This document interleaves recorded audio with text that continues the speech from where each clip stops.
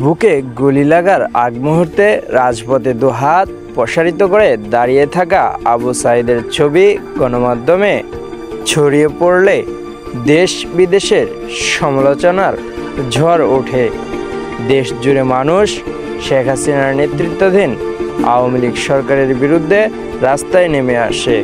এই আন্দোলনের রূপ নেয় ছাত্র জনতার গণ অভ্যুত্থানে। আবু সাঈদের হত্যাকাণ্ড মানুষের বুকে আগুন জ্বালিয়ে দিয়েছিল।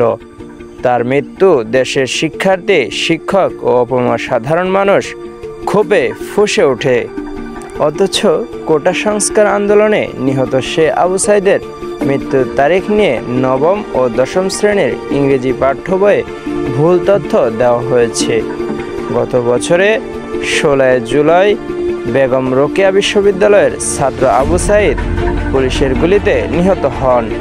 জাতীয় শিক্ষাক্রম ও পাঠ্যপুস্তক বোর্ড এনসিটিপি প্রণীত নবম দশম শ্রেণীর ইংরেজি বইয়ে শিরোনামে প্রথম অধ্যায়ে বলা হয় 2024 সালের 17 জুলাই পুলিশের গুলিতে আবু সাঈদ নিহত হন।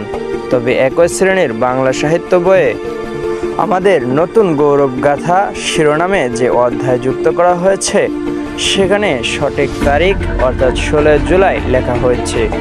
মিরপুরের একটি সরকারি মাধ্যমিক বিশ্ববিদ্যালয়ে একজন শিক্ষক একটি গণমাধ্যমকে বলেন, একটি নির্মম ভুল, আবু সাঈদ কবে শহীদ হন তা সবাই জানে।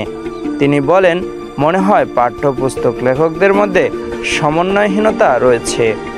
যোগাযোগ করা হলে এনসিটিভির চেয়ারম্যান অধ্যাপক AKM রিয়াজুল হাসান বলেন, তারা বিষয়টি খতিয়ে দেখবেন এবং দ্রুতই বিভ্রান্তি সংশোধন করবেন।